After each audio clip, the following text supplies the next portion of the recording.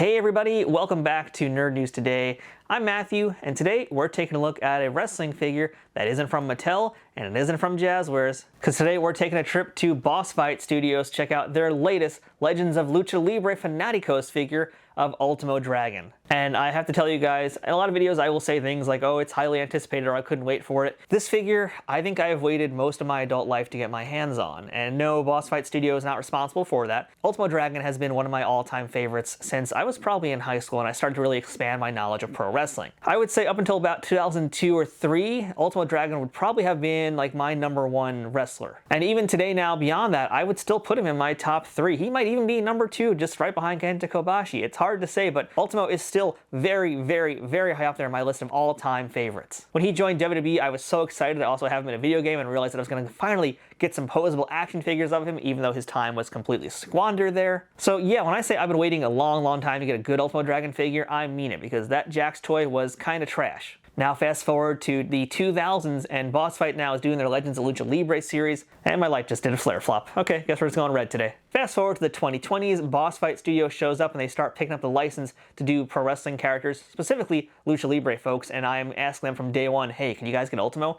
And now we finally have Ultimo Dragon, and oh man, just even saying that makes me so excited. Now we should keep in mind here that Boss Fight is doing 2 styles of wrestling figures, and we can compare this to a WWE basic figure because it's got a little bit less articulation, and then they also have a premium line which is closer to like a WWE Elite figure. So this is their Fanaticos line. It's more of a basic style figure, but it still looks like it has some pretty solid articulation here. We're going to get to that in a minute because, oh yeah, I'm going to pick this guy apart, but let's talk about this packaging real quick here. And all the Legends of Lucha Libre Fanaticos series are on a blister card here, so it is not collector friendly. Once you take him off, that's it, he's gone. Back of the box has a great image of the action figure in a pose. We get some information about him in English and Spanish, which is kind of cool. And I think it's also in French, which I wasn't expecting, but hey, why not? And there's also a look at the bottom of the box here of who else is joining him in this wave, because this is the second wave of Fanaticos figures.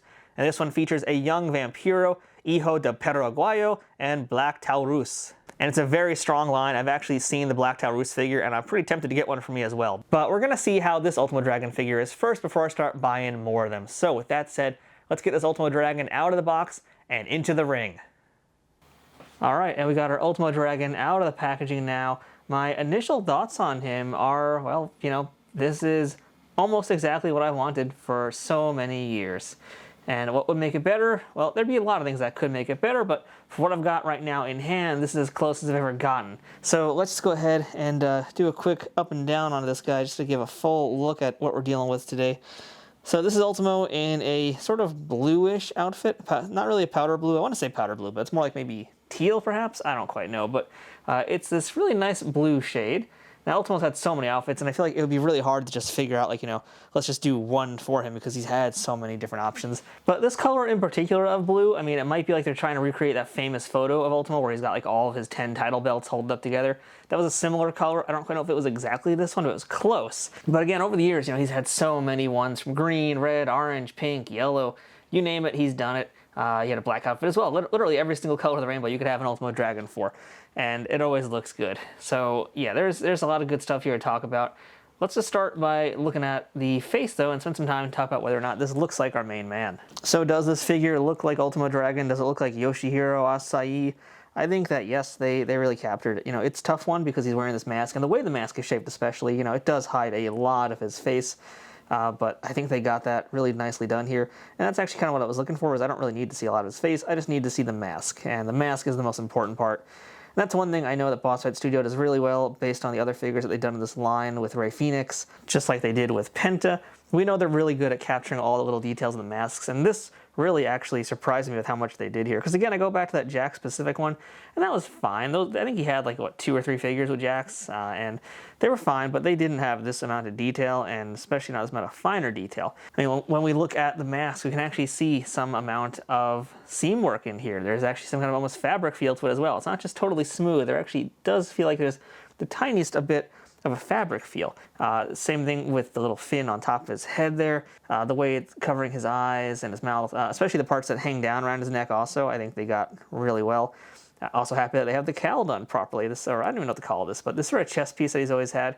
I've always liked seeing that, and I think that's what I've wanted most in toy form, and I don't believe we got that from Jakks either. I think the only version we got of that was in like their Japan exclusive version of Ultimo, which yes, I have.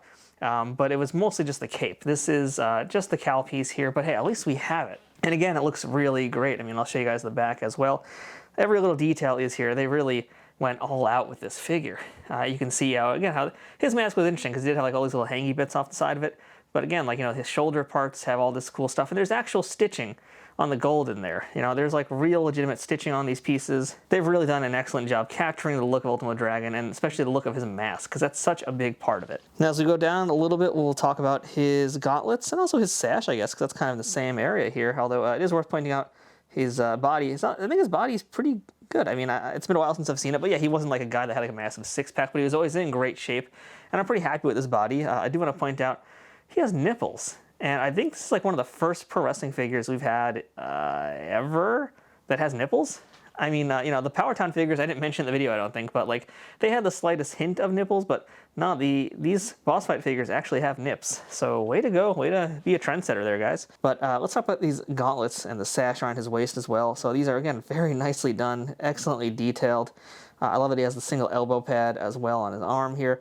The sash is cool as well, you know, because again, Ultimo's outfit is pretty complicated. It's pretty complex compared to a lot of other wrestlers out there. I mean, really think about what he has, you know, with the fact he has all these little scaly, trimmy bits. He's got the chest piece we already talked about, and he has the sash. So, I mean, there's a lot going on here, but they, like I said, they really went all out here. I mean, this is why he kind of deserves to have, like, the equivalent of an Ultimate Edition style figure. Now, as we continue to scroll down a little bit, pants aren't the most exciting, but that's fine. I mean, as I mentioned, they got the most important part here, which is these little scaly bits down there. And his boots are just rather plain. They're just plain with black kick pads, black boots. But there's also still pretty good sculpting detail in these boots. I mean, they look good. They have, I feel like, a lot more detail, actually, than the Mattel ones. And I think right now it's time to start doing some comparisons here. So I'm going to move him over for a moment. And I'm going to bring in an AJ Styles. This was the recent Target exclusive AJ Styles figure. And the reason I'm grabbing him is because he also has the black kick pad, so we can really do a nice comparison here. And you guys can see, you know, they're decent for what they are, but there's a lot more detail on Ultimo Dragon's kick pads. There's more stitching detail in there, especially when you like look at the side of his boots. You can see a lot more detail in there. There's a lot more dimension, a lot more depth as well, especially the part that covers the top of the foot. Like, so much more dimension. This is fine, but I mean, it's definitely kind of lacking in comparison. I mean, it's very basic. There's still detail there, and it's good. But when you compare it now to what Boss Fight did, it's actually, wow, I'm surprised. But, you know, I think it's better. It's hard to say which one's better or worse, to be honest. They're both pretty good. But I like the details that they're putting in there that Mattel has not done yet. So points over there to Boss Fight Studio. And as I scroll up here just to do the face off as well, I want to just show you guys a better glimpse of those wristbands again. And you can see on top right now with all that great detail that's in this wristband here. And likewise, too, the elbow pad that he has, you know, which is pretty good, too. A lot of the elbow pads I feel like that Mattel does don't really feel as nicely sculpted as this, but really, I mean, it's a good amount of detail in there. And we'll just finish going all the way up here, just to do sort of portrait comparison, I guess a little bit of a height comparison. I mean, I wasn't ready to start doing comparisons just yet, but hey, here we are. And man, can you imagine this? Like, this would have been a dream match for me in like the early 2000s, Ultimo Dragon versus AJ Styles. I would have paid good money to have bought that DVD from Ring of Honor. But yeah, as far as these two guys side by side, I mean, you can see here, man, they look so good. And height-wise, if you're wondering, yes, Boss Fight Studio figures do scale up quite nicely with Mattel as well as Jazzwares figures. Now, this is a slightly unfair comparison if I want to keep going with this here. So I'm going to get rid of our AJ for a minute, and I'm going to bring in a Daniel Bryan figure. And why am I bringing in this Daniel Bryan? Because it's a basic. And it's about time we talk basic comparisons here, because this is what this figure is. This is not an elite style Ultimo, this is a basic style in comparison. So they're gonna have fairly similar articulation, but there are some key differences here. So both these figures have heads that can turn. Ultimo's, oh, that's really nice. That actually moves really easily. It is ball jointed, it can move up and down, left and right, so can a Daniel Bryan figure. They both have ball joints in their shoulders, good articulation there. Now, this is an older Daniel Bryan, so he's got a different type of elbow joint, but yes, all the current basics do have the exact same type of elbow joint that you're seeing here with this Ultimo figure. What is different is their waists. So Daniel Bryan has that classic turning sort of waist, but Ultimo Dragon has something that's more akin to like the rocker waist, in that he's actually got a little bit more rotation and the ability to, like, there you go, you can see it now, like really kind of bend over, and that's a little bit of an enhanced articulation that you don't really see. Now, I don't quite know if he's like a Jazzware style figure that could pop out his waist and pop onto somebody else, but fact is, you can actually do a lot more articulation with that, and that means you could probably get Ultimo doing some suplexes, which our Daniel Bryan here, unfortunately, in this version, cannot. Now, as far as legs go, keep in mind this is an older basic that we're dealing with here, but Ultimo Dragon, he has the updated joints in the legs that allow him to do a lot more flexibility. You know, like this version only has up and down ability, but they've just changed that now. So I believe this year you're going to start seeing them rolling out very soon. The basics do have improved articulation, but Boss Fight was kind of ahead of the game with that, and they gave these guys the ball-jointed leg way before anybody else had done it. Now, knee joints are... These are also just typical knee joints. Good articulation there. They're not the joint like you saw in the elbow. They just kind of bend one way, so single jointed knee there. The boots have some swivel, and the ankle likewise also can swivel, and it can point. So pretty good articulation for what amounts to a basic style figure. Now, one thing that kind of threw me off was the fact that our Ultimo has some peg holes on the bottom of his feet here, but there's no bases or anything included with Boss Fight. I don't believe they even sell any bases or anything like that. So my question then became like, well, okay, if he's got holes in his foot, what size stand do they work with? So I grabbed a stand from Ringside. This is one of the Mattel stands that we use for your WWE figures. I tried this out, and that peg was way too big, so that didn't work. I'm not even going to try an AEW figure because their holes are even bigger and a completely different shape, so that wouldn't work. Then I tried a Diamond Select stand. So I figured, well, maybe this might work out better because it looks a little bit smaller, but nope, that didn't work either. So the best that I could do as far as stands go was to use this big guy right here. This is the NECA stand, I believe, and you can get these from Targets, in fact, which is kind of cool. But this one here, it works. It's very, very tight, but it does work. It also is almost like bigger than the figure itself as far as width and everything goes. It's not really meant for this scale because NECA figures are larger figures anyway. They're about an inch taller, but you know, for the most part, this stand does work with them. So for now, until Boss Fight makes their own, go with NECA. As far as accessories go, I don't think anything in the Fanatico's lines come with any accessories here.